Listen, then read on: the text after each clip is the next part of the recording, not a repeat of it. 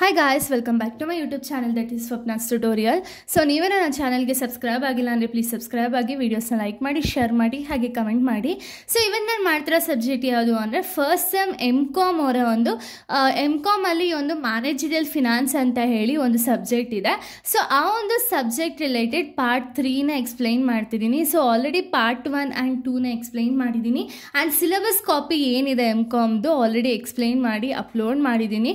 So ಇದು ಬಂದುಬಿಟ್ಟು part 3 video ಆಗಿದೆ. ಸೊ ಪಾರ್ಟ್ 3 ವಿಡಿಯೋದಲ್ಲಿ ನಾವು ಫಿನಾನ್ಷಿಯಲ್ ಮ್ಯಾನೇಜ್ಮೆಂಟ್ ಬಗ್ಗೆ ತಿಳಿತಾ ಹೋಗೋಣ. ಓಕೆನಾ, ಫಿನಾನ್ಷಿಯಲ್ ಮ್ಯಾನೇಜ್ಮೆಂಟ್ ಮೀನಿಂಗ್ ಏನು, ಆಬ್ಜೆಕ್ಟಿವ್ಸ್ ಏನು ಅಂತ ಹೇಳಿ ಇನ್ನೂ ಸ್ವಲ್ಪ ಕಾನ್ಸೆಪ್ಟ್ಸ್ಗಳನ್ನ ಈ ಒಂದು ವಿಡಿಯೋದಲ್ಲಿ ಹೇಳ್ತಾ ಹೋಗ್ತೀನಿ. ಓಕೆನಾ, so first of all financial management ಅಂದರೆ ಏನು? ಸೊ ನಿಮಗೆ ವರ್ಡಲ್ಲೇ ಗೊತ್ತಾಗ್ತದೆ ಫಿನಾನ್ಷಿಯಲ್ ಮ್ಯಾನೇಜ್ಮೆಂಟ್ ಅಂದರೆ ಏನು.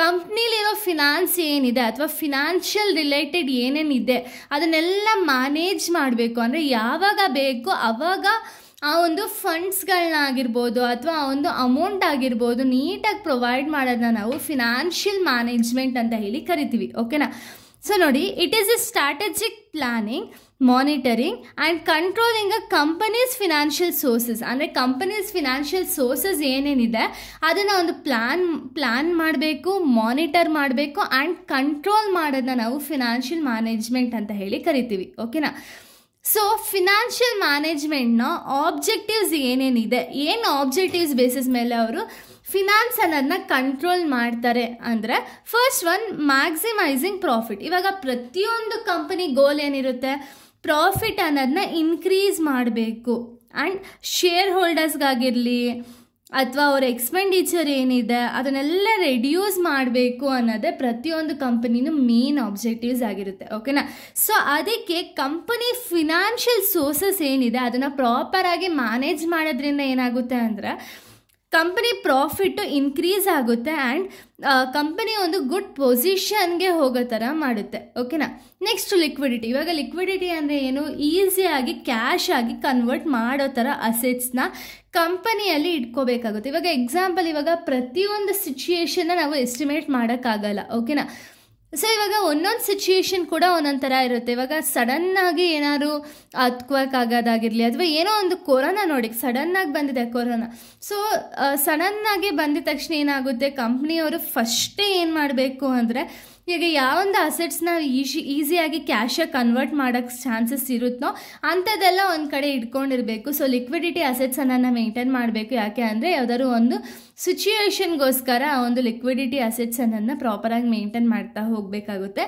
Next risk management. Risk management ಅಂದರೆ ಏನು, ಪ್ರತಿಯೊಂದು ಕಂಪ್ನಿ ಕೂಡ ರಿಸ್ಕ್ ಅನ್ನೋದು ಕಂಪಲ್ಸರಿ ಆಗಿದ್ದೇ ಇರುತ್ತೆ. ಓಕೆನಾ, ಏನು ರಿಸ್ಕ್ ಇದೆ ಅದನ್ನು ಪ್ರಾಪರಾಗಿ ಮ್ಯಾನೇಜ್ ಆ್ಯಂಡ್ ಕಂಟ್ರೋಲ್ ಮಾಡಬೇಕಾಗುತ್ತೆ ಫಿನಾನ್ಷಿಯಲ್ ಮ್ಯಾನೇಜ್ಮೆಂಟ್ ಅನ್ನೋದು.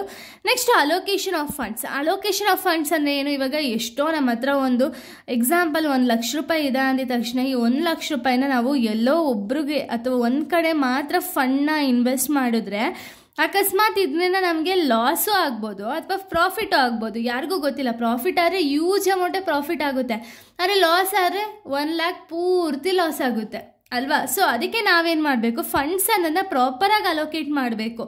ಒಂದೇ ಕಡೆ ಇನ್ವೆಸ್ಟ್ಮೆಂಟ್ ಮಾಡಬೇಕಾ ಅಥವಾ ಪ್ರಾಪರಾಗಿ ಫಂಡ್ಸ್ ಅನ್ನೋದನ್ನ ಅಲ್ಲಿ ಇಲ್ಲಿ ಇನ್ವೆಸ್ಟ್ಮೆಂಟ್ ಮಾಡಬೇಕಾ ಅಥವಾ ಯಾವ ರೀತಿ ಮ್ಯಾನೇಜ್ ಮಾಡಬೇಕು ಅನ್ನೋದು ಕೂಡ ಪ್ರಾಪರಾಗಿ ಗೊತ್ತಿದ್ದು ಅದನ್ನು ಮಾಡಬೇಕಾಗುತ್ತೆ. Next budgeting. ಸೊ ಬಜೆಟಿಂಗ್ ಅಂದರೆ ಏನು, ಎಸ್ಟಿಮೇಟಿಂಗ್ ದ ಫ್ಯೂಚರ್ ಅಂತ ಹೇಳಿ ಅರ್ಥ. ಓಕೆನಾ, ಎಸ್ಟಿಮೇಟ್ ಮಾಡ್ತಾರೆ ಫ್ಯೂಚರಲ್ಲಿ ಏನೇನಕ್ಕೆ ಎಷ್ಟೆಷ್ಟು ಬೇಕು, ಎಕ್ಸ್ಪೆಂಡಿಚರ್ ಎಷ್ಟಾಗುತ್ತೆ, ಇನ್ಕಮ್ ಎಷ್ಟು ಬರುತ್ತೆ ಅಂತ ಹೇಳಿ ಫಸ್ಟೇ ಒಂದು ಬಜೆಟ್ನ ಪ್ರಿಪೇರ್ ಮಾಡ್ತಾರೆ. ಸೊ ಇದನ್ನ ಪಾಸ್ಟ್ ಡೇಟಾ ಏನಿದೆ ಆ ಪಾಸ್ಟ್ ಡೇಟಾ ಬೇಸಿಸ್ ಮೇಲೆ ಈ ಬಜೆಟಿಂಗ್ ಅನ್ನೋದನ್ನ ಮಾಡ್ತಾರೆ.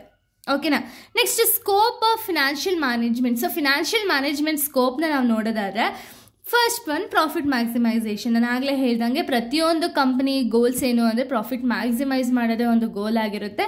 ನೆಕ್ಸ್ಟ್ ಗೋಲ್ ಏನು ಅಂದರೆ ವೆಲ್ತ್ ಮ್ಯಾಕ್ಸಿಮೈಸೇಷನ್. ವೆಲ್ತ್ ಅಂದರೆ ಏನು, ನಮ್ಮ ಹತ್ರ ಇರುವಂಥ ಅಸೆಟ್ಸ್ ಏನಿದೆ ಅದನ್ನು ಜಾಸ್ತಿ ಮಾಡಬೇಕು ಅಥವಾ ಏನಿದೆ ಅದನ್ನು ನೀಟಾಗಿ ಪ್ರಾಪರಾಗಿ ಮೇಂಟೈನ್ ಮಾಡ್ತಾ ಹೋಗಬೇಕು. ಓಕೆನಾ, next efficient utilisation of resources. ಅಂದರೆ ಏನು ರಿಸೋರ್ಸಸ್ ಇದೆ ಕಂಪ್ನಿಯಲ್ಲಿ, ಏನೇನೆಲ್ಲ ರಿಸೋರ್ಸಸ್ ಇದೆ ಅದನ್ನು ಎಫಿಷಿಯೆಂಟಾಗಿ ಯುಟಿಲೈಸ್ ಮಾಡಬೇಕಾಗುತ್ತೆ.